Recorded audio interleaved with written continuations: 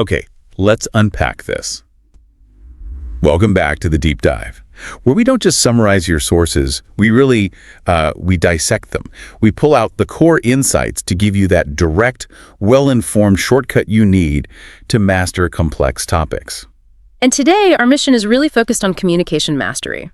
We're doing a deep dive into what C2 Advanced English actually means, and we're using some excellent resources you've shared on high-level vocabulary. But, and this is important, we're shifting the focus completely. Right. This isn't about memorizing a dictionary. Not at all. This is not a vocabulary quiz with a bunch of obscure words you'll never use. Absolutely. Because for so long, I think the perception of advanced English has been tied to this idea of complexity for its own sake. People just search for the fanciest synonym they can find. And it backfires. It often sounds unnatural. It does. But the materials we're looking at today offer a much more powerful definition. They argue that the C2 level is really the language of precision and nuance. Exactly. The real sign of advanced fluency isn't how complicated your words are. It's how accurate they are. It's about choosing that one word that helps you and the person you're speaking to think clearly and to express emotion accurately. It's about efficiency, in a way. It is. When you use the most precise term, you remove all that ambiguity. You save time, and honestly, you elevate the intellectual quality of the entire conversation. You make people feel what you're saying. I like thinking of it as a targeted workout for your English brain. Yeah. That's what this deep dive is. We're providing you with leverage, a really carefully chosen set of word upgrades and strategic phrases that will let you communicate at a C2 level. And you can do it without that feeling of information overload, that comes from trying to learn thousands of random words. Right.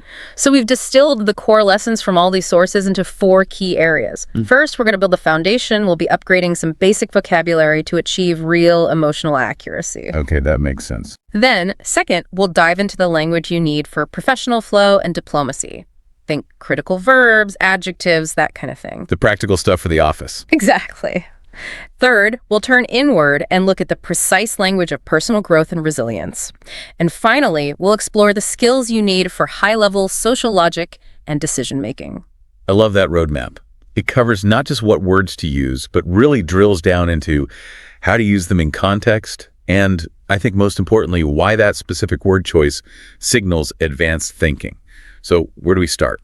Let's jump straight into that emotional foundation. It really underpins everything else. All right, let's do it. So we're starting here because emotion is, I think, the area where we all tend to generalize the most. If you only rely on these simple binary words like good or bad, you're actually sacrificing your ability to articulate what's going on inside. And if you can't articulate it, can you even really process it? That's the question, isn't it? When I just say my day was good, I'm forcing the person listening to fill in all the blanks. Or even worse, I'm not even processing for myself why I felt positive. It's just a label, a lazy one. It is. The sources we looked at really stress this. The C2 speaker has a vocabulary that works like a sensitive instrument. It can match the intensity of a word to the actual feeling. It's about being specific in the truest sense. And this specificity has a real cognitive benefit, right? It's not just about sounding smart. Not at all. By forcing yourself to name a more subtle emotional state, you're actually moving away from just reacting to things and toward a more sophisticated kind of reflection. Let's take the most common example from the sources. Moving beyond good. Okay, so if I say, my day was productive, we've already made an improvement. This feels like our key distinction 1. Productivity versus meaning. A huge improvement. Productive is functional. It means you finished your to-do list, you got things done. And that's solid. That's a C1 level strength, I'd say. Recognizing output.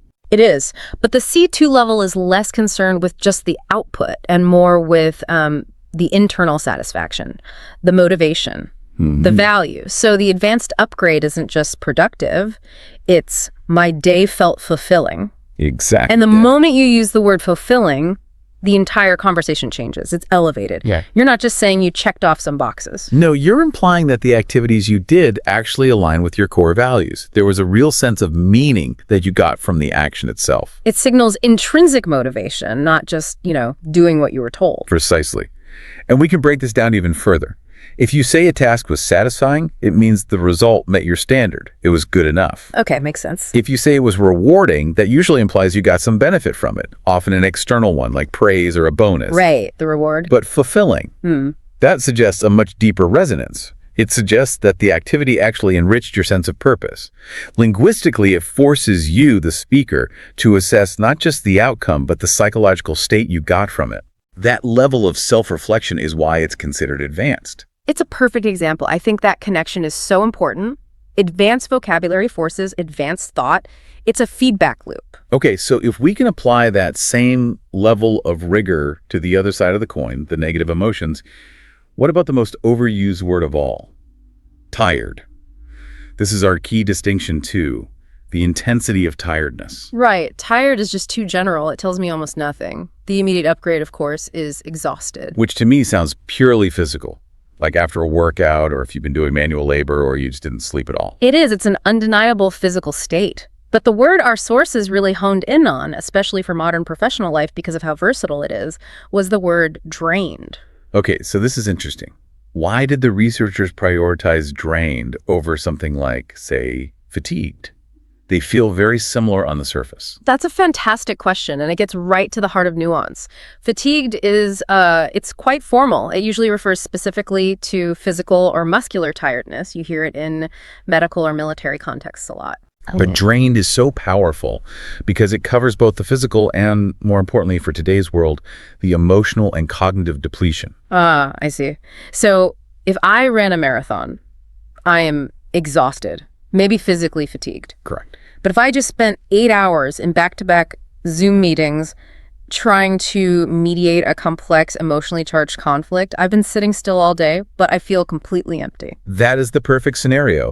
In that case, drained captures the depletion of your internal reserves, your patience, your decision-making ability, your emotional regulation. It's all gone. The source sentence they use illustrates this perfectly, doesn't it? I'm completely drained after a long week of work. It does, because the work wasn't necessarily physically hard, but the mental load, the constant output of cognitive energy has left you depleted. Choosing the word drain communicates that the resource you spent was your internal capacity. Which is a much more precise and honestly a more empathetic way to describe it than just saying I'm tired. It really is. The word choice provides empathy because it acknowledges the full scope of modern work, the invisible internal labor that goes into it. This calibration seems even more important when we get to the anger-frustration spectrum. This is where word choice can have real consequences, especially at work. Oh, absolutely. In a professional or sensitive social setting, the precision of your word choice is basically diplomatic currency. You have to communicate the exact intensity of your feeling. So we have to move beyond that simple, often confrontational word, angry. If it's something minor, a small annoyance, a misplaced file, the word is irritated. Yes, irritated. It suggests a fleeting annoyance. It's manageable. You'll forget about it in 5 minutes. But the middle ground, that's where most professional tension lives, right? That feeling of frustrated. That's the key word. Frustrated conveys that an obstacle, a broken system, a lack of clarity, a slow computer is blocking you from your goals. And crucially, it implies that you're still in control. It's focused on the problem, not the person. Exactly. A high-level professional is expected to manage frustration. You can say very professionally, I'm frustrated because nothing is working. I love that distinction. Frustration is directed at the process. It's objective. If I say I'm frustrated, I'm really asking for help to remove an obstacle. Whereas if you say you're angry, you're introducing a personal emotion that can just derail the entire conversation. It makes it about you, not the problem. Precisely. And then if we dial the intensity all the way up, we get to furious. This implies a really intense, often uncontrolled emotional state. This is a word you use with great care. You do. The social consequences of using furious are massive. If you use it when you really just mean frustrated, you risk your credibility. You sound like you're overreacting. The C2 speaker saves furious for when the situation truly, truly warrants it. It's all about careful calibration. So if we're talking about calibration, we need to apply that same thinking to the positive side. We need positive emotion intensifiers. We have to get beyond just happy. Happy is the default. It's the good of positive emotions. We need terms that signal not just that a positive feeling exists, but also hint at the reason for it. Okay, so for example, the word relieved. This is a specific kind of happiness. Very specific. It's happiness that comes directly from the removal of stress or danger or worry. I feel relieved when I finally submit a huge project or when a feared outcome doesn't happen. The happiness is almost passive. It comes from the absence of a negative. Got it. And for just pure, strong joy, we have Delighted. Yes, delighted is a great mid-level intensifier. It's often a reaction to a pleasant surprise or some good news that's welcome, but maybe not life-altering. You might be delighted by an unexpected compliment or a really excellent meal. It's strong, but it's contained. But when we hit that absolute peak, that intense mountaintop feeling of joy, usually tied to a major success or a huge life event, the word is elated. Elated, it's a fantastic word. It has this connotation of being physically and mentally lifted up, of soaring. It requires a monumental trigger. The source sentence for this was great. I was absolutely elated when I got the message. And that adverb, absolutely, just underlines it. It puts it at the very top of the scale. It tells the listener, this wasn't just good news. This was news that instantly changed my emotional state, my entire perspective. You know, this entire first section really proves a point. True advanced vocabulary gives you depth. It lets you articulate not just the state you're in, but the source, the intensity, and the implication of the feeling. And when you can do that, you establish immediate credibility, which is the perfect foundation for our next, more strategic section. Yes, here's where it gets really interesting. We're shifting now from those internal states to external performance, to strategy. And the critical C2 skill here is nuance. The ability to see and use those small, subtle differences in meaning. And in a professional context, those subtle differences can mean everything. They can dictate success or failure. They really can. In business, in diplomacy, in academia, ambiguity is expensive. Nuance saves time, it prevents costly mistakes, and we see this most clearly when we're describing people's character and assessing our colleagues. We run into these word pairs all the time where the difference is just a very fine line between a positive and a negative meaning. The classic one has to be confident versus arrogant. A classic. And the distinction is everything. Confidence is positive. It comes from skill, from preparation, from self-assurance that's based on actual objective competence. A confident person is usually open to new ideas. Right. They're not threatened by them. Whereas arrogance is purely negative. It suggests an excessive, often unfounded pride. It usually shows up as a dismissal of other people's views or a flat-out refusal to even consider alternatives. So a confident colleague presents their analysis and invites questions. And the arrogant colleague dictates their conclusion and expects compliance, understanding that subtle social boundary is just. It's a critical C2 skill. Okay, so what about describing someone's performance? We might praise someone for being careful, which is nice. But in advanced fields, you need a higher standard of description. We need to upgrade careful to meticulous. Meticulous is such a powerful word. It implies not just that you avoid mistakes, but that you have an intentional, exhaustive attention to every single tiny detail of a process. It's even stronger than thorough. How so? Thorough sounds pretty good to me. Thorough implies completeness. You did everything you were supposed to do. Meticulous implies a level of quality in the process itself. It suggests you approach the task with the care of a perfectionist. Could you give us some common pairings for meticulous? Some collocations? Certainly. We often hear things like meticulous planning, meticulous research, or meticulous record keeping. It's used a lot in fields where tiny errors have huge consequences. Like finance or engineering or law. Exactly those. So the source sentence, she's meticulous about her work, is a huge compliment. It signals that her process quality is among the highest you can achieve. It's about a deep dedication to quality control. That makes perfect sense. And it moves us very logically into evaluating plans and systems. When you're reviewing a strategy, a B2 speaker might say the plan is good. But a C2 speaker knows they have to separate the outcome from the process. Yes, by distinguishing between effective and efficient. This is a classic marker of critical thinking, isn't it? Absolutely. So effective just means the plan achieved its goal. If our goal was to sell 100 widgets and we sold 100 widgets, the plan was effective. Simple. Okay. But efficient means the plan achieved that result while optimizing the use of resources. Time, money, people. That's the key. Can you give us a scenario where they might not go together? Because often they seem linked. You know, if I launch a marketing campaign and it works, surely it's both. Not always. Imagine this. A company has a critical database error they need to fix. That's the goal. So they assign 5 of their most senior, highest-paid engineers to work on it. They work for 48 hours straight, manually debugging the code. Okay, sounds intense. The result, the error is fixed, so the operation is effective. They achieved the goal. However, what if a single, much cheaper automated diagnostic tool could have found and fixed that same error in 2 hours? In that case, the manual, expensive effort was extremely inefficient. Wow, okay. That makes the distinction painfully clear. A C2 speaker has the cognitive ability to separate those two things. A plan can be a success in one way. But a total disaster from a resource management perspective. And I guess the reverse is also true. Absolutely. You can have a beautifully efficient system, it's cheap, it's fast, but if the product it makes fails to meet quality standards, then the whole thing was ultimately ineffective. The ability to see that separation is crucial for any kind of strategic analysis. The source provided the perfect sentence for this. The system is efficient, but it isn't very effective. Just hearing that sentence, you know you're dealing with someone who thinks strategically. It moves the conversation from a simple, did it work, to a much more sophisticated systems analysis. It really does. So moving from analysis into action, let's talk about action and flow in business. We need verbs that signal the transition from theory to reality.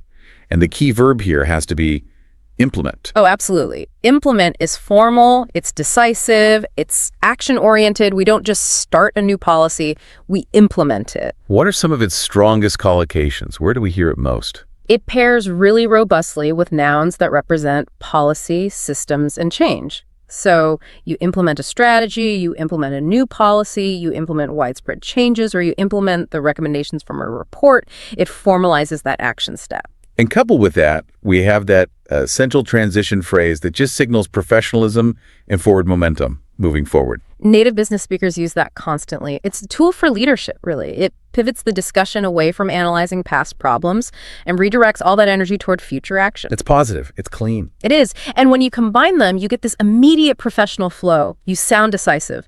Moving forward, we need to implement a clearer system. It's concise, it's focused, it's powerful. Okay, now let's tackle the most delicate part of professional life. Managing conflict, managing disagreement. We need a way to be assertive when we're addressing problems and disagreement. And the key verb here, when an issue comes up, is address. It's active and formal. We don't just talk about it or look at it. We address the issue. Like, we need to address this shortfall in the budget. Exactly. It signals an intent to take direct, necessary action. It implies you have a resolution-focused mindset. You're not just complaining, you're starting the process of fixing it. And when you actually disagree with someone, diplomacy is everything. You can't just say you're wrong. The C2 skill is to lead with validation before you introduce the conflict. Precisely. You have to show that you are actively listening and that you respect their point of view, even if you are about to reject their conclusion. So what's the phrase for that? The ultimate diplomatic phrase, and this is one you should practice until it's automatic, is, I understand your perspective, but I see it differently. That little validation clause at the beginning is like the social oil that stops the conversation from grinding to a halt. It is. It separates the idea from the person. It allows the disagreement to stay focused on the strategy, not on the personal relationship. Okay, what about the biggest hurdle for language learners? Dealing with unclear information. If a manager gives you a vague directive, you have to avoid saying, I don't understand. You do, because that can accidentally imply that the failure is on your end, that you failed to comprehend. So instead, we place the blame on the message itself. We describe the message as ambiguous. Yes. Ambiguous means it's open to more than one interpretation, or it's just unclear. The problem is structural, it's in the message, it's not personal. And you have to follow up. You do. You follow up with a professional inquiry. The standard, polite question is, could you clarify what you mean?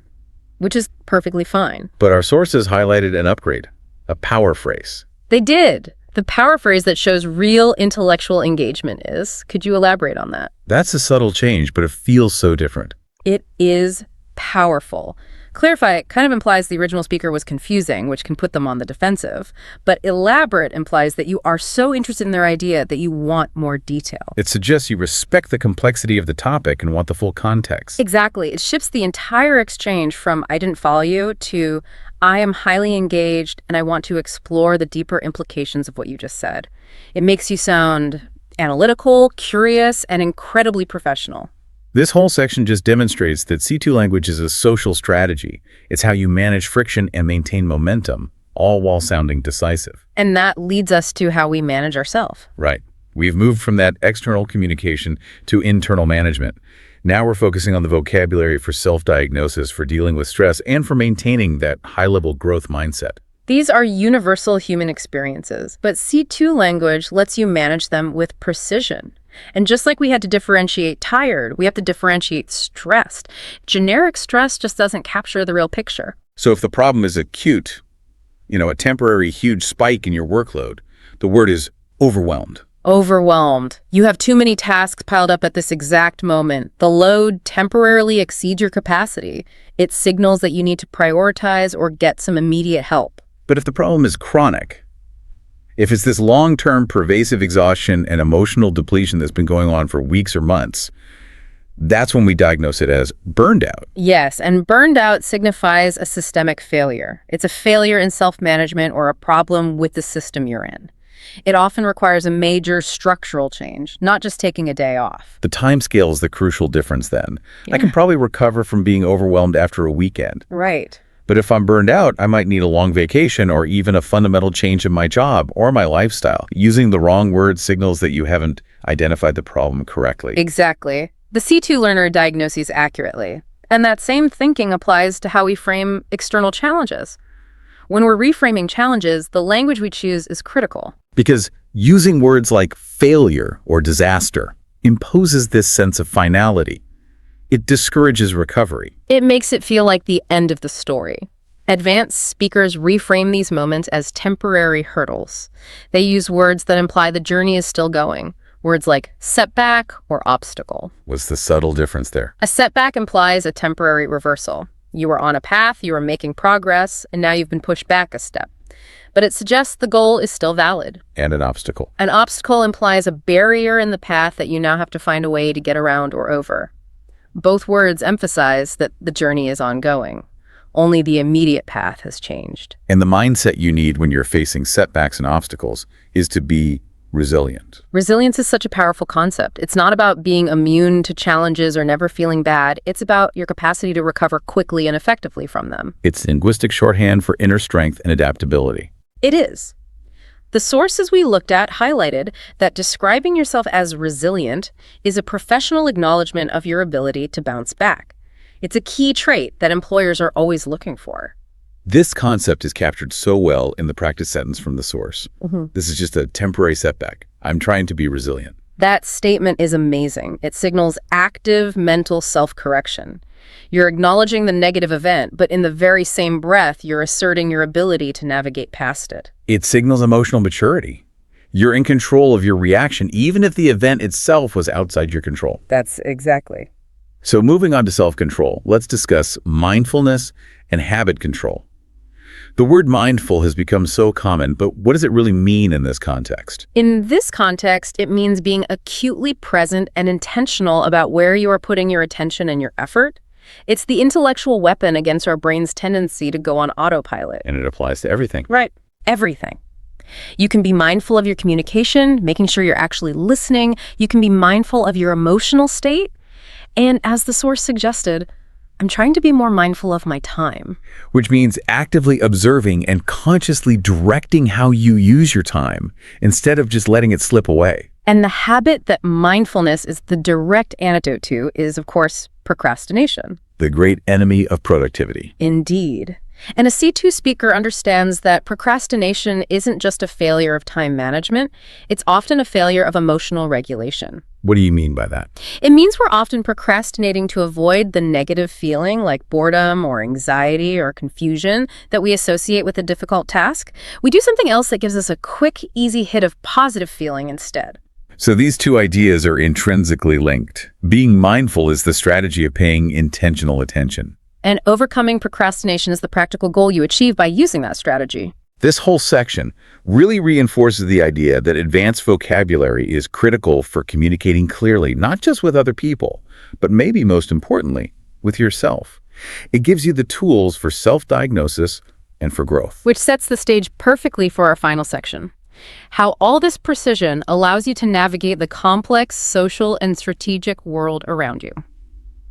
All right, now we shift gears completely to the external world. We're focusing on the language you need to sound smooth, socially intelligent, and analytically rigorous. especially in fast-paced conversations. This section is all about diplomatic strategy. It's about how you manage confusion, agreement, disagreement, and complex choices without causing offense or losing the conversational momentum. And doing it all while maintaining a highly professional register. So let's start with smooth conversational flow. If you miss what someone says, the basic knee-jerk response is what? Which is abrupt, it can sound rude, and it always jars the flow of the conversation. We need C2 level alternatives. So what's the technique here? It's all in the phrasing. You have to frame your question as a polite expression of your own difficulty, not as a demand for them to repeat themselves. Okay, so give me the first option. The first smooth alternative is, sorry, I'm not sure I follow. This is excellent because it subtly implies the fault might be yours, that you failed to follow their logic, which is the ultimate non-confrontational way to ask. That's highly diplomatic. What's the slightly more direct option? The second, which is more direct but still impeccably polite, is, would you mind repeating that? The key is the hedging phrase, would you mind, which makes the request conditional on their comfort. We never say repeat that. Never. We respect their time and effort. Okay, so now let's flip it. What about strong agreement? It has to be more than just yes or I agree. It does. We need phrases that validate the other person's logic, not just their conclusion. That's a great point.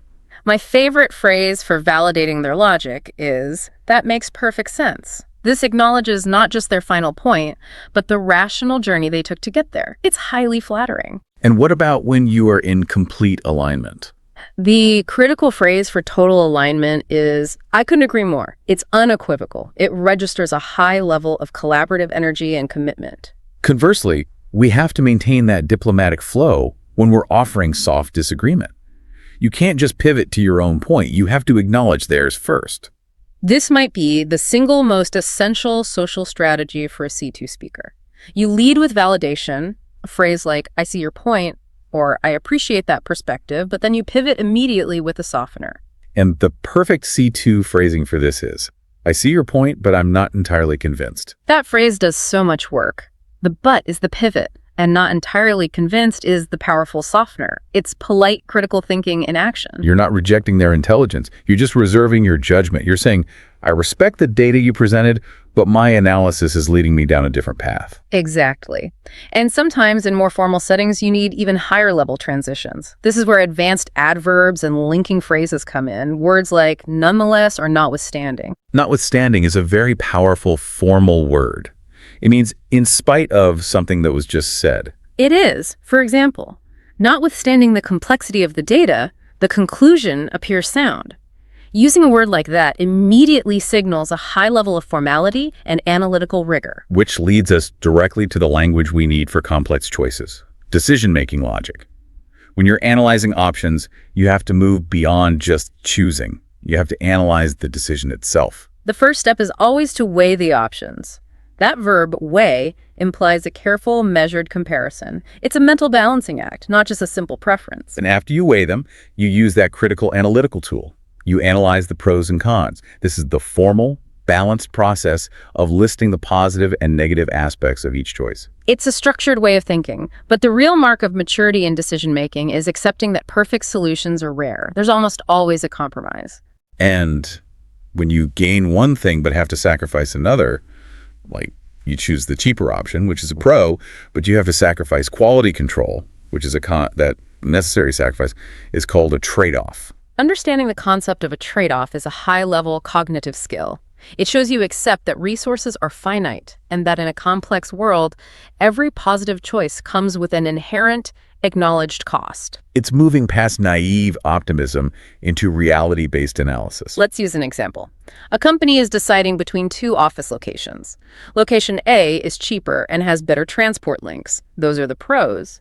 But location B is closer to their biggest client and has newer facilities. So there's a necessary trade-off. You can gain the cost saving. But you lose that client proximity. You can't have both. And the source material gave us the perfect summary sentence for this, combining all the analytical steps. Which was, I've weighed the pros and cons, and there's a trade-off either way. That one phrase just demonstrates complete command over complexity and an acceptance of necessary imperfection. It's brilliant. Finally, let's look at precise descriptions of people. The goal here is accuracy and professionalism, moving way beyond those vague compliments. We have to get past nice. It's so vague, it's almost useless. We have to specify the nature of someone's good character. So we upgrade nice to something like considerate or empathetic. Exactly. And they mean different things. Considerate means they actively think about the needs and feelings of other people before they act. It's action-based. And empathetic. Empathetic is deeper. It means they have the ability to truly understand and share the feelings of another person. It's a high level of emotional processing. A considerate person holds the door for you. An empathetic person understands why you're having a bad day and offers support without you having to ask. Perfect distinction. And we have to do the same for smart. Is the person perceptive or are they analytical? Two very different kinds of intelligence. Very different.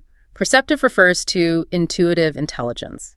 It's that keen ability to see and understand things that aren't obvious, to read between the lines.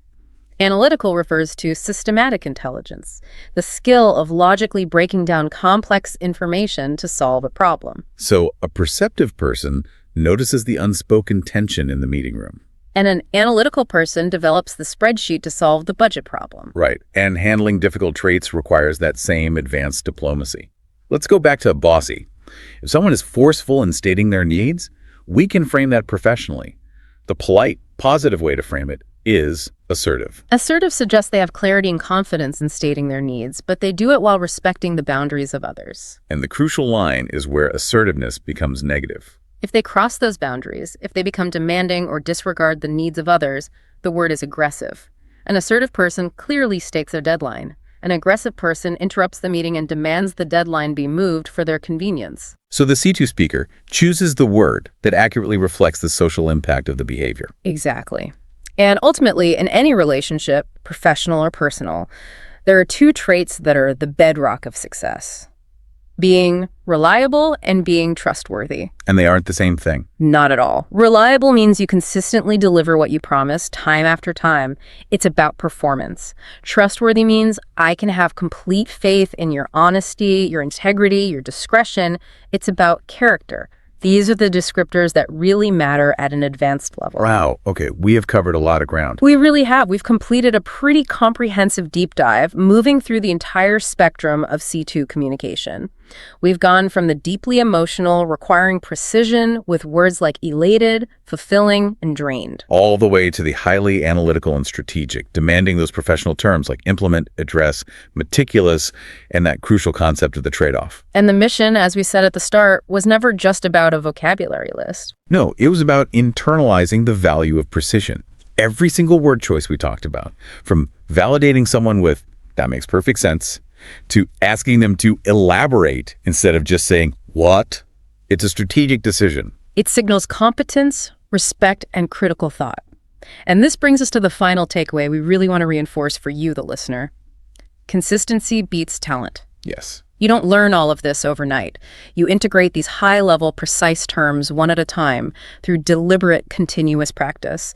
You have to consciously, actively replace the B2 word with the C2 word until the more precise term becomes your natural default. So as you move forward from this deep dive, take a moment to reflect. Of all the words and distinctions we covered today, which one stands out to you as your biggest point of leverage? Was it the professionalism of being meticulous?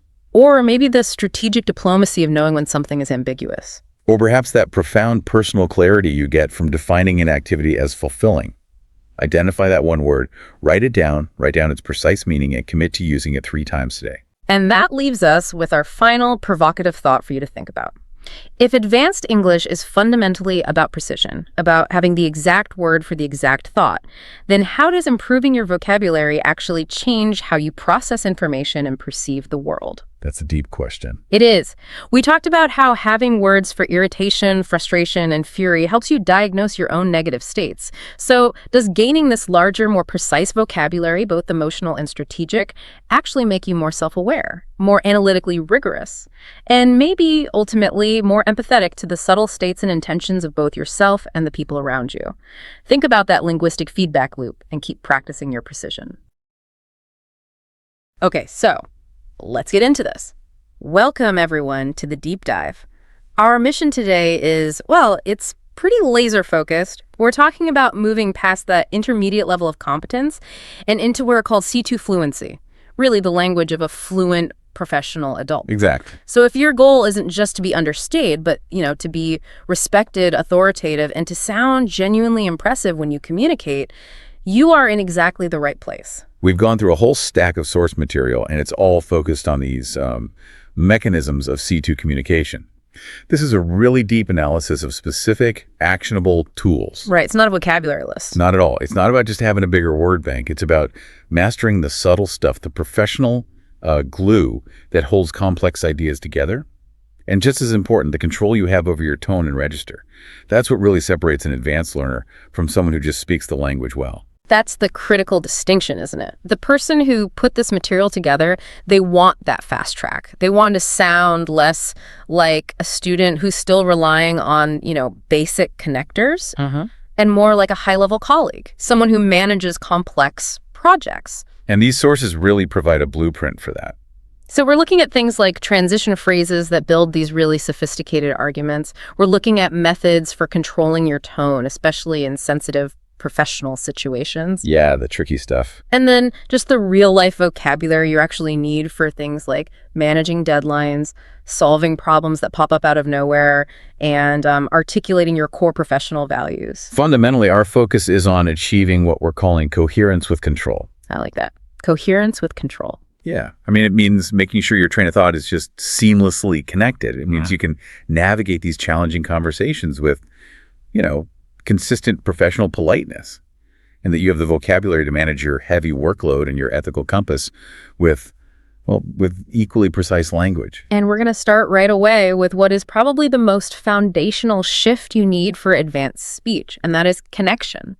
We have to, completely get rid of the habit of speaking in short, choppy sentences. Right. Because if you rely on fragments, your thoughts sound fragmented, your ideas feel disjointed.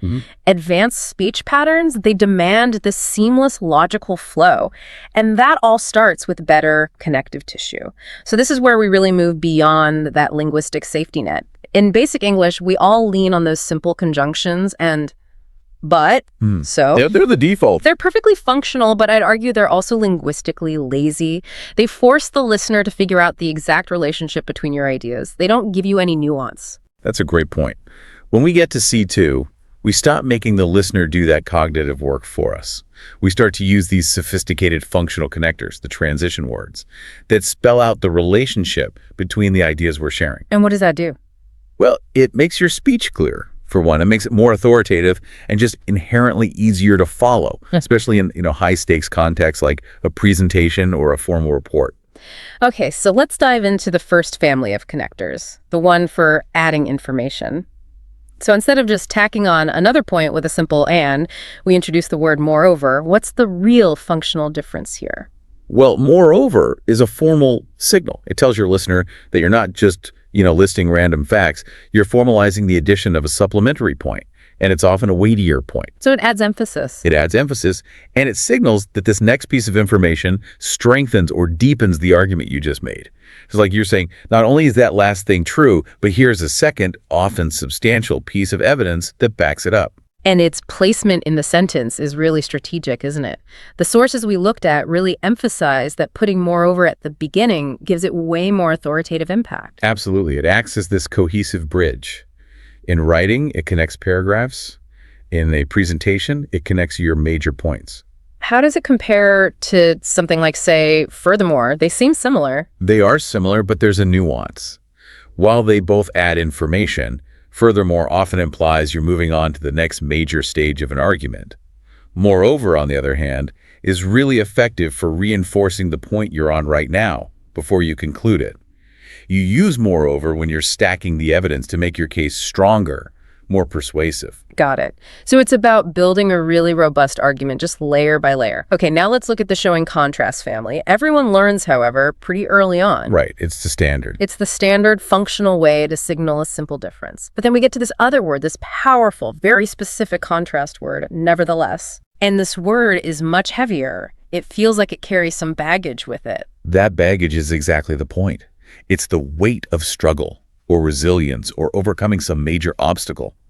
Nevertheless isn't for simple contrasts like, I like coffee, however, I don't drink tea. That doesn't work. No. It's used when the contrast is sharp or when the first part of the sentence presents a genuine, acknowledged barrier that you had to overcome. It implies resolution despite resistance. Let's talk about the psychological tension it creates. The classic example in the sources is, the task was difficult. Nevertheless, I finished it. If we just swapped that out and said, the task was difficult, but I finished it, what do we lose? You lose the intentional emphasis on how severe the difficulty was, but kind of minimizes the barrier. It just acts like a simple switch. Nevertheless, on the other hand, fully acknowledges the difficulty, often with a sense of, solemnity, and then it resolves it. It elevates the speaker's own resilience and determination. It tells the listener, I faced a significant hurdle, and despite its full weight, I succeeded. It's a linguistic badge of experience, really. It signals that you understand nuanced situational tension. So it's a vital tool for summarizing, say, a tricky negotiation or a complex project where things went wrong. Precisely. Using nevertheless tells everyone you're not just glossing over the hardship, you're framing it as something you successfully conquered. Exactly. It connects two ideas that seem logically opposed. Difficulty should lead to failure, but they get resolved by positive action. And that's the difference between just reporting facts and structuring a compelling analytical narrative. So moving on from that logical flow, a C2 speaker also needs to be able to frame time and context precisely. You need a kind of linguistic zoom out button, and that's where the phrase in the long run comes in. Yes. This refers specifically to the distant future or the ultimate cumulative outcome of something. And this phrase adds immediate strategic depth to whatever you're saying. It forces a shift from the tactical, immediate concerns to the strategic, lasting impact. So if you're debating a policy change or some difficult cost-cutting measure, using in the long run just elevates the discussion from immediate office politics to lasting strategy. I find this one is indispensable when you're talking about delayed gratification or sustained effort. Right, like investing. Exactly, investing strategies or even personal habits. If you're discussing painful, immediate costs, whether that's time or money or emotional effort, this phrase gives value to that suffering. Look at the common usage from the source. Studying is hard now, but in the long run, it changes everything. If we just said it changes everything later, it's kind of flat. It lacks impact. Yeah, totally. In the long run implies this significant, maybe decades-long passage of time and a fundamental transformative change. It anchors your communication in foresight, in strategic thinking. It suggests maturity and an understanding of cumulative consequences. And conversely, it also creates a subtle contrast with the here and now. If you use in the long run, you're implicitly saying you also understand the context of the short run. The C2 speaker can manage both of those perspectives at the same time, giving this balanced, comprehensive view. It moves you from just reporting information to truly analyzing and structuring that information across time. All for maximum persuasive impact. That deliberate control is the core goal of this deep dive. And that brings us perfectly to a topic that I think stresses everyone out no matter their language proficiency, time management, capacity. We're moving from the grammar glue of C2 to the situational phrases you need for professional survival in a high-demand world. Everyone, from a beginner to a native speaker, can say, I'm busy.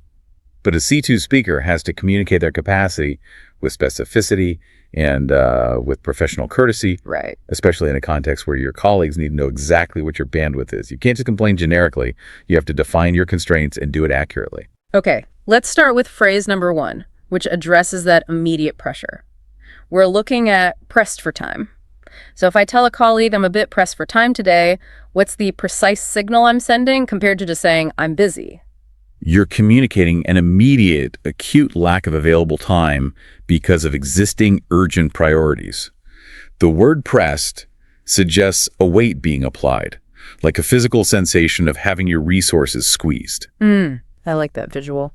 It manages expectations without being rude or defensive.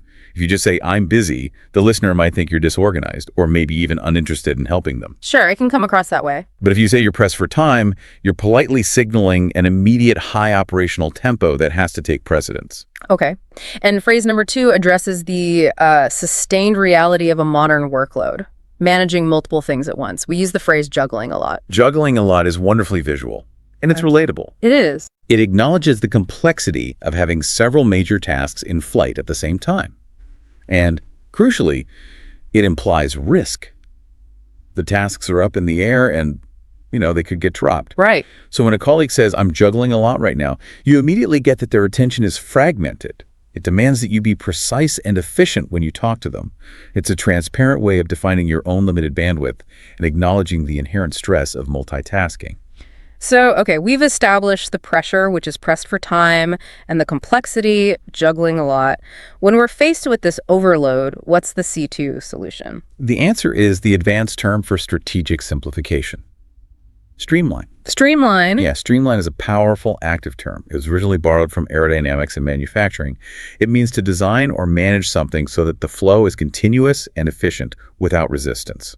So in the professional world, it implies strategic improvement. Exactly. Strategic efficiency improvement.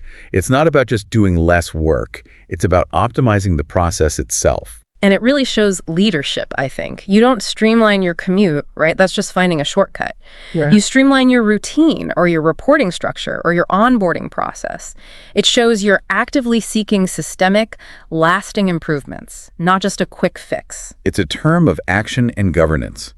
And when you link it back to the diagnosis, like our sources suggest, the utility is crystal clear. I'm juggling a lot, so I need to streamline my routine. Wow. That one sentence is a concise, advanced, and self-aware project management statement. It defines the problem, proposes the professional solution, and it identifies the target for optimization. And what happens if you fail to streamline effectively? You run the risk of getting sidetracked. Sidetracked is a clear professional term for deviating from your main goal. It implies that your attention has been pulled away by something minor or irrelevant or just secondary. And when you're juggling a lot, the risk of being sidetracked by a quick email or an unexpected meeting goes up exponentially.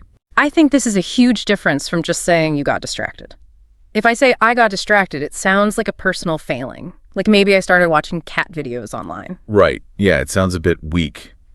But if I say I got sidetracked by a 3-hour ad hoc meeting requested by marketing, it identifies the external cause precisely. And it confirms that I still know what my main goal is. It's a way of professionally explaining a delay without admitting you were careless. It allows you to regain control of the narrative. So if you come back to a project late, you can explain, apologies, I got sidetracked by that regulatory review, but I'm now back on track with the primary objective.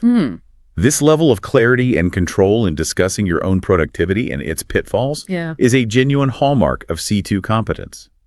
You're controlling the conversation about your workload and your commitment.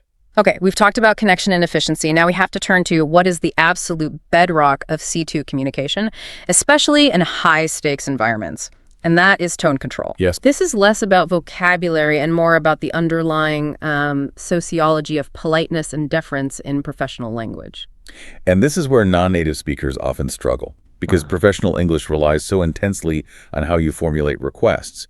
Direct commands, things like send me the data or do this now, they're only really seen as acceptable in like an informal emergency or within a really structured hierarchy. Right, like the military or something. Exactly. In polite, adult, peer-to-peer interactions, they're often seen as too aggressive or abrupt or demanding. Which is why mastering the softener formula using indirect language conditional phrases is just non-negotiable at the C2 level. Let's really deconstruct the example request from our sources. Okay, the textbook example is, would you mind sending that over when you have a moment? So many layers there. Multiple layers of deference. First, using the modal verb, would immediately makes the request hypothetical and therefore softer. Second, the use of that inversion, would you mind? It positions the request as being contingent on their comfort level. It actually requires a negative answer, no, I wouldn't mind, to say yes. Which is a bit strange, but it works. It does. And then there's the third layer, which I think is often missed, the acknowledgement of the other person's time, when you have a moment or when you have a chance. That third element is arguably the most powerful professional softener in the whole phrase. It signals instantly that you respect their current schedule and workload. It shows that your request is not necessarily their top priority, even if it is for you. It gives them agency. It gives them agency in deciding when to respond. The language shows this profound social awareness. You're not just asking for a thing. You're asking for a thing at their convenience. This is why you just have to practice this. You have to train yourself to use these indirect forms automatically. Because if you just say, can you send the report? It demands an answer, and it implies right now. The soft formula allows for professional space. Now, let's turn to the equally challenging task of saying no. politely but firmly. Professional refusal. The worst. Yeah. Simple, curt refusals like "I can't do that" or just "no" can sound uncooperative, even passive-aggressive. C2 proficiency requires you to set a boundary in a way that preserves the relationship. And our sources gave us 2 fantastic ways to manage this gracefully. Refusal number 1 focuses on future reliability. I'd love to help, but I can't commit right now. The word "commit" here is strategically brilliant. Why? Because it reframes the refusal. It's not about an immediate inability to do a task, but an inability to take on the future responsibility and dedication that the task requires. You're not saying, "I am physically incapable." You're saying, "I can't promise you the quality or the time or the focus that this task deserves, given my current workload." So that shifts the barrier from being a personal failing to being a professional boundary about performance. It's like you're saying, "I respect this task too much to do a bad job." Exactly. And then refusal number 2 is a phrase that in a corporate environment is often seen as the ultimate boundary marker. "I'm at capacity at the moment." Okay, let's spend some significant time on this one because this is pure C2 power. Why is at capacity such a masterpiece of professional communication? Because it relies on organizational neutral language. Think of capacity as a resource metric like the capacity of a server or storage unit. When you state that you are at capacity, you are stating a fact about the current state of a resource, your time, your bandwidth, your team's bandwidth. It's an objective statement of status, not a personal apology or excuse. Okay, let's play out a scenario. A manager comes to you with a non-critical task, but they want it done immediately. Okay. If you say, "I'm sorry, I have too many things," the manager might push back. But what if you say, "I understand the urgency, but I'm at capacity at the moment"? How does that change the dynamic? It changes the dynamic entirely. A manager can't really argue with at capacity without challenging the resource allocation of the entire organization. Oh, that's interesting. It requires them to then ask, "Okay, what are you at capacity with?" Which forces a discussion about priorities in your existing commitments rather than challenging your willingness to help. It removes the need for detailed, maybe embarrassing justifications. It just establishes a professional boundary with surgical precision. It's the ultimate way to maintain your professional dignity while setting a firm boundary. You're just stating your operational status. The C2 speaker understands that linguistic control over your tone directly translates to control over your workload and your professional boundaries. Okay, shifting gears a bit. Let's look at crisis management, specifically using C2 language to stabilize a bad situation. Because things inevitably go wrong. Flights get delayed, software crashes, supply chains fail. And your immediate response can't be emotional language like "this is awful" or "we have a disaster." No. The C2 speaker maintains calm authority. And the primary goal there is de-escalation through objective language. The sources introduced the perfect phrase for this, the calm statement. "There seems to be an issue." For example, there seems to be an issue with the system. Yes. Let's analyze the mechanics of that. Why use the verb seems? Seems is tentative, it's observational, and it's non-accusatory. It's crucial because you're reporting an observation, not declaring an irreversible catastrophe, or, importantly, assigning blame. Right. It's not "you broke the system." Exactly. It immediately invites collaborative problem solving. If you say, "the system is broken," that's a final negative statement. But if you say, "there seems to be an issue," it implies that further investigation is needed and resolution is probably possible. It keeps the tone objective and level. And that deliberate choice of the noun issue instead of problem or disaster, that reinforces the objectivity, right? An issue feels like a specific solvable challenge. A disaster is an emotional term. An issue is often technical or logistical. Using controlled language like this instantly sets you apart in a stressful environment. It signals you're focused on resolution, not on panic or complaint. This is a vital communication tool for anyone in customer service, project management, or leadership. Okay, so once the issue is identified calmly, you might need to communicate that it's urgent. This is where we bring in the technical term time sensitive. This feels mandatory when the urgency is driven by external dependencies or some critical flow. It's much stronger and more precise than just saying it's urgent or it needs to be fast. Time sensitive defines the required speed as being tied to a critical external schedule, like a regulatory deadline, a shipment window, or market closing time. Got it. If something is time sensitive, it means that delays will have measurable, negative, and often contractual consequences. It's the precise way to communicate that resources have to be mobilized immediately. But what if the ideal permanent fix, the clean solution, isn't available right away? You can't just stop everything. You need a kind of provisional linguistical bridge. And we call this a workaround. A workaround. A workaround is defined precisely as a necessary temporary solution you use when the ideal permanent fix isn't immediately achievable. This word is the currency of resourcefulness. It suggests adaptability and a pragmatic mindset. You see it everywhere. All the time. In IT, a workaround might be rebooting a server every 3 hours until a patch is released. In logistics, it might be using an expensive air freight route because the ocean freight is stuck. It shows that the C2 speaker has this results-oriented approach. They don't dwell on the failure. They pivot immediately to finding a path forward just to maintain momentum. And our sources encourage integrating these phrases into one fluid statement that really demonstrates C2 control and leadership in a crisis. Let's look at that integrated problem statement again. The flow is perfect. There seems to be an issue. We need a workaround because this is time sensitive. That sentence is remarkable. In about 11 words, it accomplishes everything a leader needs to do in a crisis. It's so efficient. It diagnoses the problem calmly. It defines the required solution type, temporary, imperfect, but immediate. And it justifies the urgency with a professional term. The whole structure is designed for swift, controlled action without resorting to emotional overload. This ability to define the situation, the necessary solution, and the justification, all in one breath and in a calm C2 voice, that's the absolute definition of professional fluency. Okay, moving away from the professional emergency room for a moment, let's talk about using C2 phrases to enhance narratives. Because advanced communication isn't just about technical facts, it's about sharing experiences in a compelling way that captures and retains attention. Storytelling in advanced English requires you to move beyond simple chronological recounting. You want to inject emotional texture, dramatic anticipation, and crucially mature reflection. We often start a story simply, it started when, or at first. But what happens when the narrative needs a plot twist? A sudden, unexpected revelation. We need a phrase for being surprised, often in a slightly uncomfortable way that suggests vulnerability. And that phrase is caught off guard. Caught off guard defines an unexpected event that leaves you feeling momentarily vulnerable or unprepared.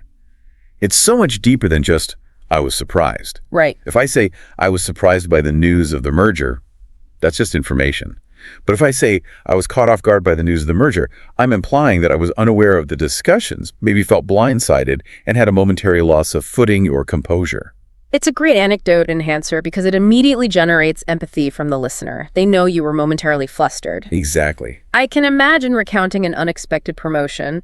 The CEO called me into his office for what I thought was a routine performance review. I was completely caught off guard when he offered me the vice president role. The listener leans in. They lean in because they understand that emotional shift. It implies your reaction was genuine and unprepared, which adds significant emotional depth to the narrative. It's a key technique for making even complex business stories feel relatable. And once the story is told, the C2 speaker knows how to extract and present the wisdom that was gained. And this brings us to the phrase for demonstrating maturity and self-reflection on a past event. Looking back. Looking back signals metacognition. It shows that you have actively processed the event, you've reevaluated your actions or assumptions, and you've synthesized a lasting lesson since the event happened. It's a reflective frame, not a reactive one. So it basically functions as a narrative device that delivers the thesis of your story. Instead of just a simple conclusion, you're providing wisdom. Right. The common, but still really effective example is, looking back, I realize I learned a lot more from that failure than from any success. And this technique is invaluable because it elevates you, the speaker, above the events you're recounting. It shows your capacity for objective, detached analysis of your own past experiences. So you're not just relating an experience. Right. You're demonstrating personal and professional growth that you derived from that experience. You're turning an anecdote into shared strategic learning. A novice speaker just recounts what happened. An advanced speaker uses looking back to share the strategic or emotional or professional lesson, and that adds tangible value to the entire discussion. It completes the narrative arc. We've reached the deepest part of the dive. This section is all about abstract but absolutely crucial C2 vocabulary related to identity, ethics, and high-level negotiation. This is where language links directly to a speaker's core beliefs and their character. We're talking about terms like integrity, alignment, and perspective. These are the words used in the professional world to discuss character, motivation, the ethical foundations of decision-making. These words carry immense weight. Let's start by linking alignment and integrity. Our sources focus heavily on alignment, both in a corporate and a personal context. So what does it mean for your actions to be in alignment? Alignment suggests harmony, consistency, a shared direction. It happens when your stated actions, your personal beliefs, and the overall mission of your organization all point the same way. That makes sense. This is a powerful concept in leadership because when employees feel their personal values are in alignment with their company's mission, satisfaction, and performance, well, they generally soar. And conversely, if there's misalignment, that implies friction, contradiction, and often ethical conflict. It's a technical way of talking about hypocrisy or cognitive dissonance. And this leads directly to integrity. Integrity is often defined as that core ethical commitment, doing the right thing even when it's difficult or expensive or when no one is watching. It's the internal consistency of character. The source material reinforces this really powerful, non-negotiable lesson that C2 speakers should be able to articulate. You should never compromise your integrity. Why is the C2 vocabulary so essential when you're discussing ethics? Because it allows you to state a boundary clearly and professionally. In a negotiation, compromise is necessary, but a compromise of integrity is destructive to trust and your long-term professional standing.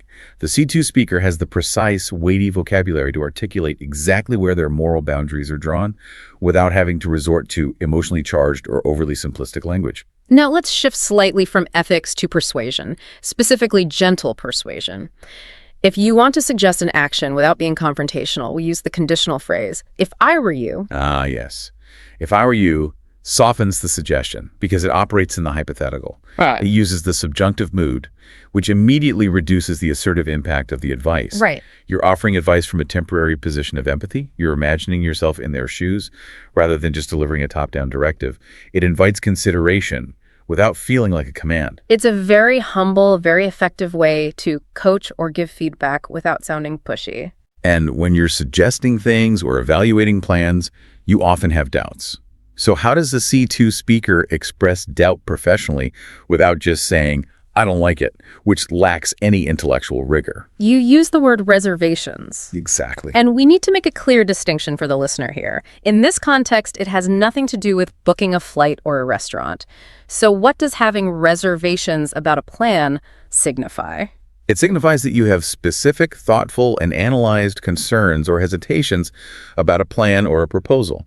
It suggests that the concerns are substantial enough to warrant careful consideration and discussion before moving forward.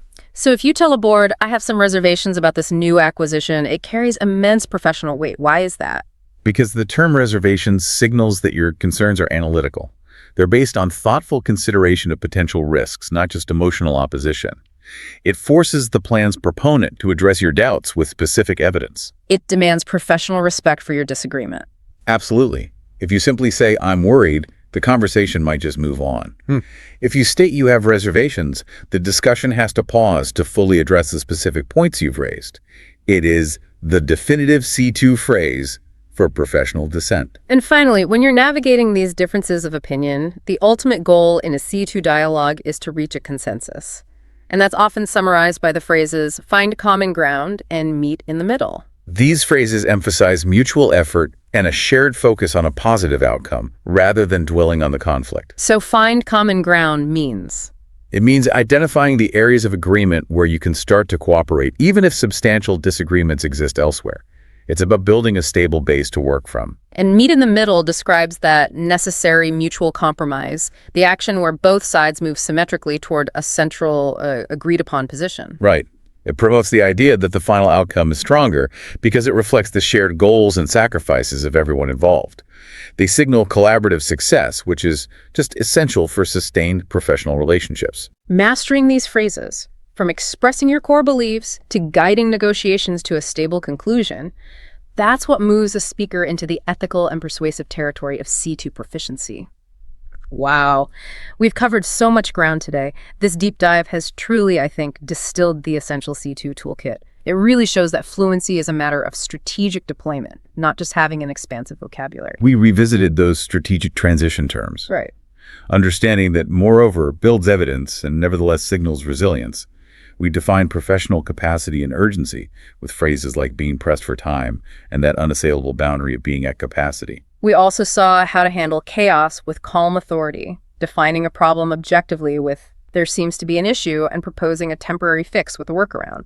And we concluded with that deep vocabulary of identity, the consistency of alignment, and the necessity of never compromising your integrity. The core lesson here really remains that proficiency is about deliberate, consistent practice.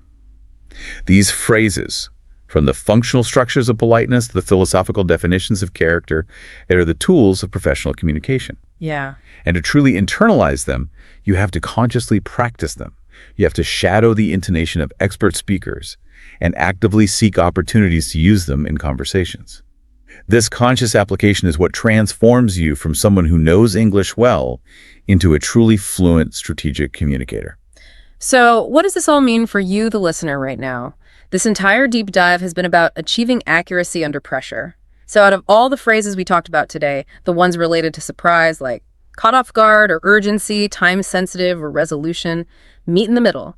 Which single phrase is most likely to show up in an unexpected conversation for you next week? And how will you ensure you use it correctly the first time? That's the real challenge of C2 mastery. Immediate, accurate deployment. Think about where you can deploy your favorite phrase tomorrow and start practicing the rhythm of it now. Consistent training is the only path. Thanks for joining us for this deep dive into advanced fluency.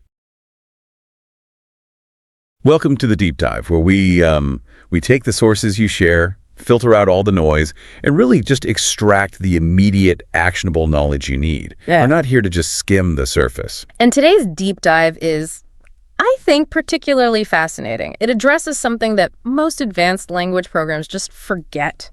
The language of the human heart. Right. You can memorize every single grammar rule. You can ace that C1 exam. But true knowledge mastery, that final layer, it isn't about, corporate jargon or academic writing. It's about the language we use for connection, for managing our feelings, and ultimately for mastering self-awareness. Okay, so let's unpack that. We talk a lot about being fluent enough to handle transactions, right? Yeah. Ordering a coffee, writing a report, negotiating a deal. The functional stuff. The functional stuff. But the material you shared with us, this takes us right to the very top tier. We're talking C2 level vocabulary that is essential for deep emotional expression and self-reflection. Yeah. This is really the difference between functional English and what you could call relational English. Exactly. The sources you provided, they really emphasize that real high-level fluency involves the toughest parts of life. Yeah. Things like expressing genuine gratitude, setting firm but still polite boundaries, and, resolving really complex conflict. These are the linguistic skills that actually sustain relationships and I think drive genuine and personal growth. So our mission today is pretty clear. We are going to extract the most insightful phrases and I guess the analytical concepts from these advanced resources to give you a shortcut. This isn't just about learning new words. It's about acquiring the intentionality behind the words. It's moving you past basic dialogue to something that's meaningful and nuanced. And the context here is just excellent. The material comes from an advanced learning resource, and it's specifically designed for people who've already mastered the functional language. They're looking for that final polish. The last 10%. The last 10%. Exactly. They call this section Relationships and Self-Reflection, and it's all about bridging that really difficult gap between using English correctly and using English deeply. We're going to examine the specific words that carry the most weight in these complex situations. All right, let's jump straight in then. Section 1. The core of connection, authenticity, and gratitude. This feels like the right place to start. Building that foundation of trust. It has to be. And it begins with a concept that feels, deceptively simple on the surface, but it's crucial for C2 mastery. Authenticity. The sources spend a lot of time delineating the nuanced difference between three key terms: sincere, genuine, and authentic. And what's so fascinating here is that, a B2 speaker, even a C1 speaker, might use these three words almost interchangeably. Right. He seems sincere, he seems genuine, same thing. Pretty much. But a C2 speaker recognizes that they operate on entirely different scales of meaning. This is really the first level of intentional word choice we're talking about. Okay, so let's start with the first one, sincere. The source material defines this as honest and from the heart. This seems to be used mostly for the direct, in-the-moment expression of a feeling. We talk about a sincere apology or sincere thanks. That's exactly right. Sincere speaks to the truthfulness of a specific expression in a discrete moment. It's about right now.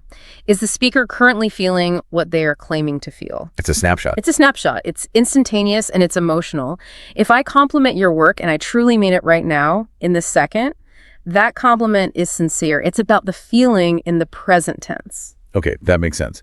So how do we contrast that with genuine? Because the definition they gave is real, not fake.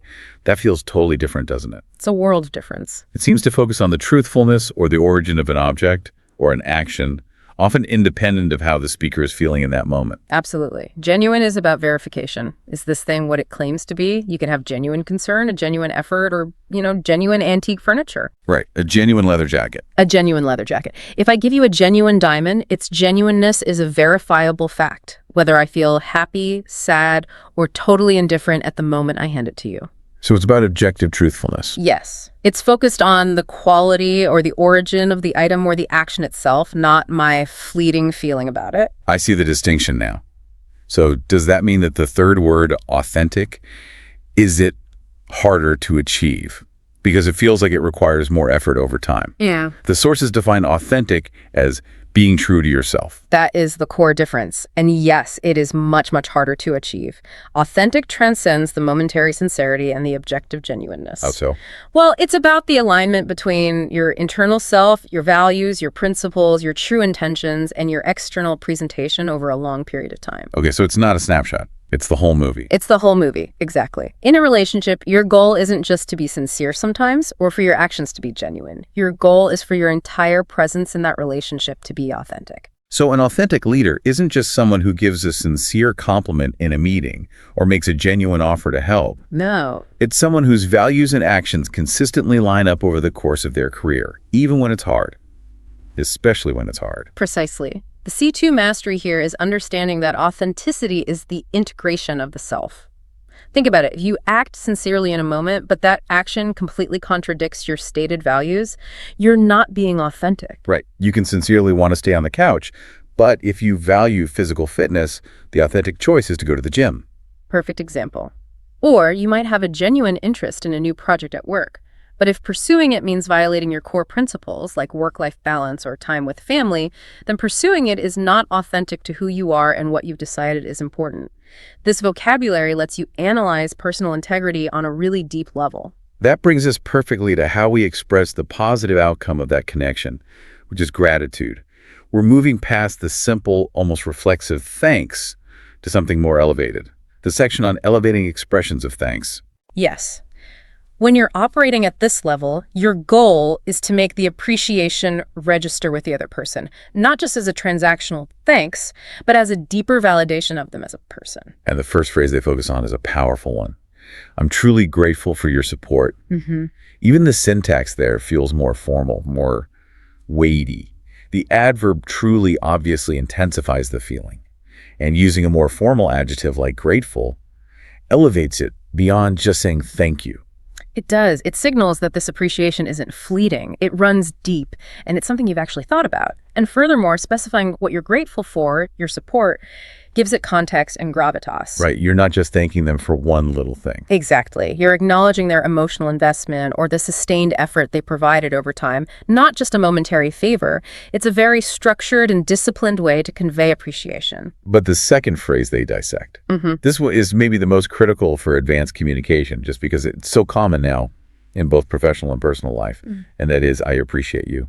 Yes. And the source material spends a good amount of time explaining why I appreciate you is explicitly deeper than I appreciate it. It's a tiny change. One word. A tiny change that makes all the difference. It's a fascinating linguistic shift. When you say I appreciate it, the focus is on the action, the favor, the thing that was provided. It's transactional. So thanks for getting me that coffee. I appreciate it. The appreciation, it stops at the coffee. It stops at the coffee. The transaction is complete. But when you say, I appreciate you, you are intentionally, deliberately shifting the focus from the action to the actor.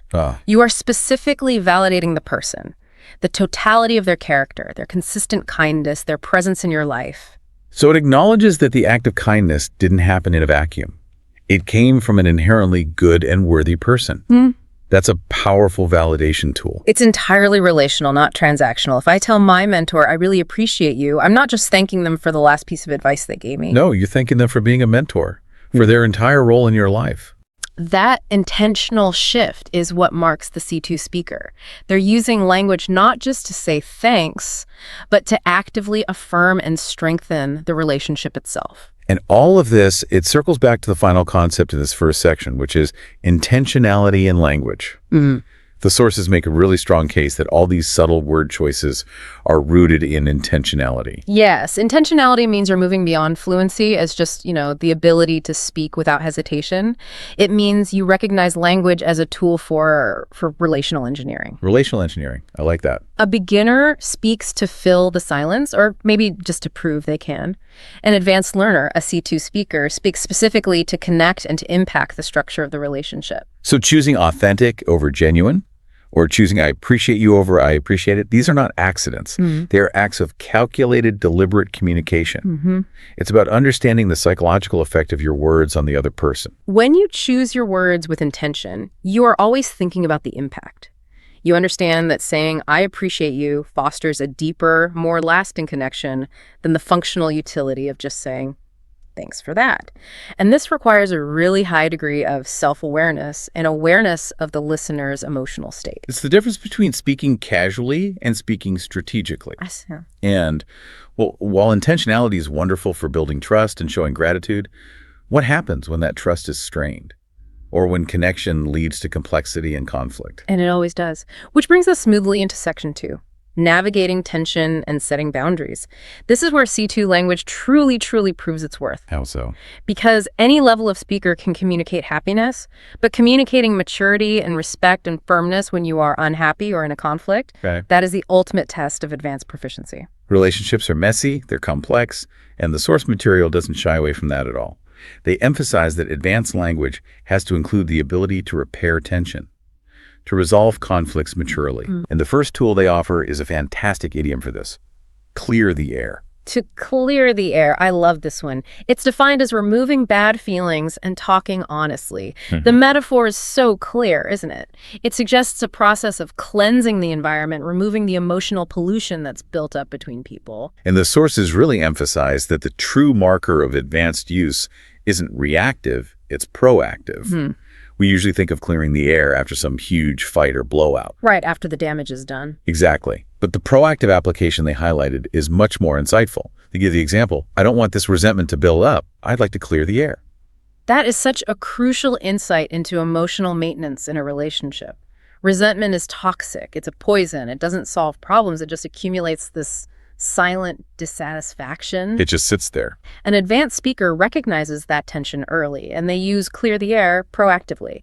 It signals maturity because you're prioritizing the long-term health of the relationship over the temporary discomfort of a difficult conversation. You are actively choosing to resolve something through open communication, rather than just avoiding it and hoping it goes away, which never does. Never. It demonstrates a high level of emotional intelligence. You're not just managing your own feelings, you're taking responsibility for the emotional climate between you and another person. Let's think about a professional here. Say your project partner has been missing deadlines over and over, just saying, I'm mad at you. That achieves nothing. It just starts a fight. Right. It's just an accusation. But if you initiate the conversation by saying something like, look, I feel like there's some unspoken tension around this deadline, and I'd really like to clear the air so we can move forward effectively, you immediately frame the conversation around repair. And a shared objective. It's not you versus me anymore. It's us versus the problem. Exactly. But that proactive approach, it requires more than just the right idiom. You also need the right vocabulary to express the issue itself. You can't clear the air effectively if you're just throwing vague, aggressive terms around. Which leads us directly to the next point, the need for precision in emotion. We have to move past these broad reactive terms like mad, angry, or upset. They're too blunt. They're blunt and they're not very descriptive. The sources emphasize that using precise language for your feelings leads directly to a clearer understanding and therefore a better chance at resolution. And they highlight two very specific emotions that are often hiding behind that surface level anger. Disappointed or hurt? How does choosing a word like disappointed fundamentally change the direction of a conflict compared to just saying you're mad? Oh, it changes everything Yeah. because it frames the issue in a completely different way. When you say, I am mad, the listener almost always hears an attack. Right. Their defenses go up immediately. Your defenses go up, it triggers a defensive fight or flight response, and the goal becomes about winning the argument or just retreating. But when you say, I am disappointed, you are communicating that an expectation, often an expectation that was agreed upon, was not met. That immediately invites the other person to understand which expectation was broken. It moves the conversation towards a joint understanding of the standard of behavior, not just a battle over who's right and who's wrong. And hurt is even more vulnerable. It's a level deeper. When you say what you did really hurt me, you are acknowledging an emotional injury. You're exposing vulnerability. Which is hard to do. It's very hard to do, but it often compels a totally different type of response. A response of empathy and care, rather than that defensive wall that anger builds. Using specific emotional language forces both parties to engage with the actual core issue, the violation of trust, the broken expectation, instead of just staying at the surface level of reactive anger. That level of vulnerability requires immense linguistic confidence. It really is a marker of advanced communication skills. And speaking of complexity, the sources introduce a fantastic C2 ambiguity word that perfectly describes the internal contradiction that often comes before a conflict. And that word is ambivalent. I agree. Ambivalent is an essential C2 term. It's defined as having mixed feelings, feeling two opposite things at the same time. The etymology is actually really helpful here. Ambi meaning both, and valere meaning to be strong or to be worth. So two strong conflicting values. Exactly. It implies two strong conflicting valuations existing at the same time inside of you. It really describes the internal friction of making a big decision. Think about major life choices, a career change, moving to a new city, ending a big project. You rarely feel pure joy or pure dread. You feel complexity. And if your only vocabulary is happy or sad, you just can't convey that rich internal landscape. You risk sounding confused or, wishy-washy. But the term ambivalent says, I recognize the duality of this situation, and I am processing its complexities like a mature adult. The illustrative example they provided captures this perfectly. It was, I feel ambivalent about the decision. Part of me is excited, but part of me is hesitant. And that sentence structure itself demonstrates mastery. You use the C2 term, ambivalent, to summarize the internal conflict, and then you immediately use precise language, excited and hesitant, to define the two poles of that conflict. And that allows the listener to offer much more nuanced support, right? They don't just say, oh, cheer up, or, well, don't do it then. Exactly. Instead, they can ask, tell me more about the hesitation. What's that part feeling? It opens up a real conversation. This vocabulary is so key because it allows you to be honest about your own internal inconsistency without sounding weak or paralyzed by indecision. You're just articulating a mature, complex state of mind. And this complexity often leads to the necessity of establishing boundaries, which brings us to the language of boundaries. I think for many people, this is the most challenging part of communication, maintaining firmness without being rude or aggressive. It requires very specific, soft phrases that somehow still carry immense power.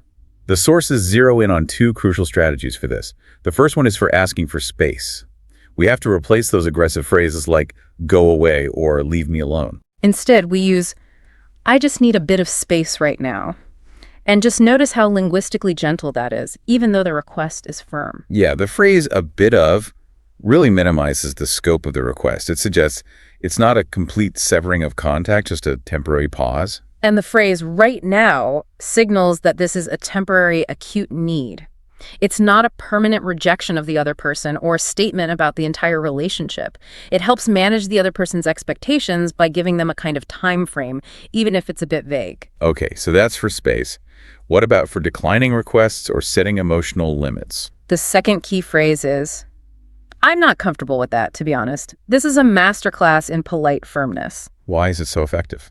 Because it centers the boundary on your own internal state, your comfort level, and your comfort level is non-negotiable. Nobody can argue with you about how you feel. They can't say, yes, you are comfortable with that. Exactly. It's your internal state. It's unarguable. Now, let's focus on the analytical insight the sources offer about that little phrase at the end. The tactical use of, to be honest. Right. It seems to pop up a lot in these difficult conversations. It functions as a critical linguistic softener. By saying, to be honest, you are implicitly suggesting a level of personal vulnerability and trust. You're appealing to the listener's empathy. You're kind of saying, I'm choosing to be transparent with you about how I feel because I respect you. That's it, exactly. It makes the boundary feel less like an arbitrary no or an attack on their request, and more like an explanation of a personal constraint. It respects the listener by appealing to their understanding, which is why it softens the blow so well. But the sources also pointed out a potential misuse, right? A C2 learner has to recognize when it can backfire. Absolutely. If you use it constantly or in situations where you're clearly not being transparent, it can sound manipulative or passive-aggressive. Like if you say, to be honest, I hated your presentation. Right. That doesn't sound like sincerity. It sounds like poorly masked aggression delivered under the fake guise of truth-telling. So the mastery isn't just knowing the phrase, it's understanding the context. It has to be authentic. If the statement truly reflects a difficult internal truth you're sharing, then to be honest, works. If it's just a prelude to a criticism, it fails. Exactly. And the ability to set these boundaries is so vital. And there are other ways to do it too. Instead of just no, you can use other soft phrases. Things like, that's an interesting idea, but I just don't think I have the bandwidth for that right now. Or, I truly wish I could, but my plate is completely full. These phrases maintain respect while still unequivocally setting that limit. And this whole section really proves that C2 language mastery isn't about how many words you know. It's about having the precise word for these sensitive, complex interactions, whether you're trying to clear the air or hold a boundary. Okay, so if Section 2 was all about our external communication managing relationships with other people, then Section 3 shifts the focus completely. We move inward. Yes. We move now to reflection, values, and emotional intelligence. And the sources describe this as the deepest level of English mastery because it deals with the language we use to define our own lives, our own success. This is where we use language for, I guess, existential definition. The sources introduce the goal of fulfillment, this deep-seated idea that we want our work, our actions, our whole life to have meaning beyond just, a paycheck or an obligation. Fulfillment is that pursuit that distinguishes a life that is merely satisfied from a life that is deeply content. A C2 speaker needs to be able to articulate this search for meaning. If you can't describe your search for purpose, you can't really conduct it. And fulfillment is. It's inextricably linked to our values. Values. Defined in the material as the underlying principles that guide your life. These are your non-negotiables. What do you truly prioritize? Is it honesty, growth, autonomy, community, security? The simple act of identifying these and using clear language to talk about them is the foundation of any high-level self-reflection. And the sources connect these two huge concepts, fulfillment and values, through a really visually powerful term. Alignment. Okay, let's do a deep dive into alignment. It's defined as everything fitting together correctly.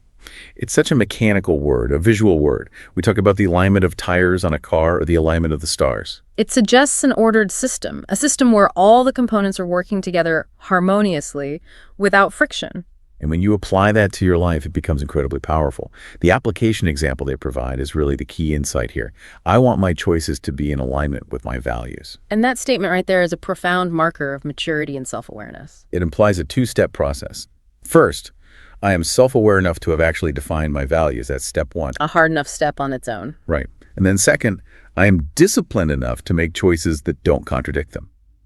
The goal is to bring those two lines, my actions and my principles, together so they run parallel and smooth. Just think of the cognitive dissonance, that internal stress that happens when you are out of alignment. If you value health, but you continually choose a sedentary lifestyle, the stress that causes is often a linguistic stress. You can't reconcile the language of your principles with the language of your actions. And the linguistic sophistication of using the word alignment implies it's a constant active process. You're always checking and adjusting, like maintaining a complex machine. Exactly. It suggests a high degree of that intentionality we talked about, but applied to your entire life structure. And the grammar is important too, right? It's always in alignment with something or out of alignment with something. That precision is vital. But life is, inevitably messy. Even with the best intentions in the world, we face setbacks, we face failures and loss. So how do we communicate the most mature response to life's complexities? This brings us to what the sources call the most mature word for dealing with internal conflict and setbacks. And that word is acceptance. Acceptance, it's a profound word because it's so often confused with passivity or resignation, especially by learners. Right, like you're just giving up. But the sources provide this key statement that completely reframes it. I can't change the past, so I'm choosing acceptance. The verb there is key.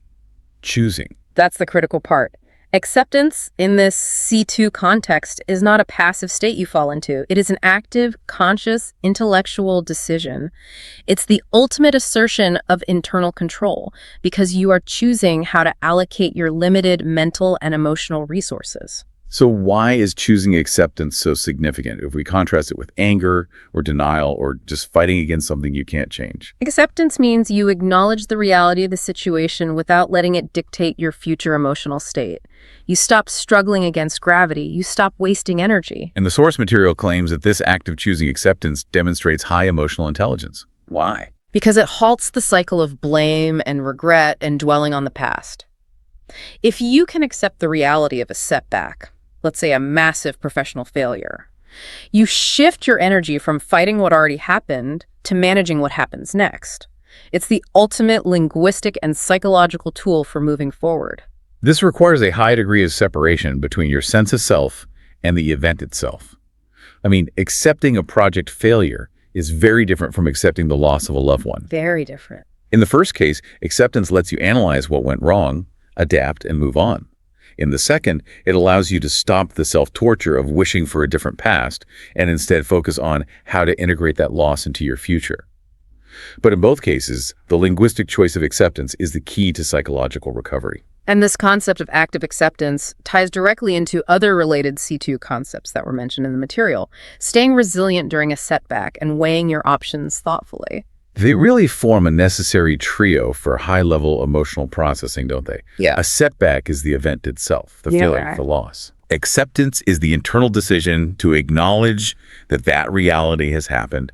And then resilience is the ability to bounce back, which is only possible after acceptance has cleared the way. And only then, once you've accepted it, can you use your cognitive intelligence for weighing your options. That's the process of careful consideration and analysis that follows acceptance. It allows you to use your energy to plan rationally instead of just dwelling emotionally. The advanced communicator doesn't just experience these things, they have the vocabulary to articulate the entire internal journey from the event all the way to recovery. We've covered a lot of ground.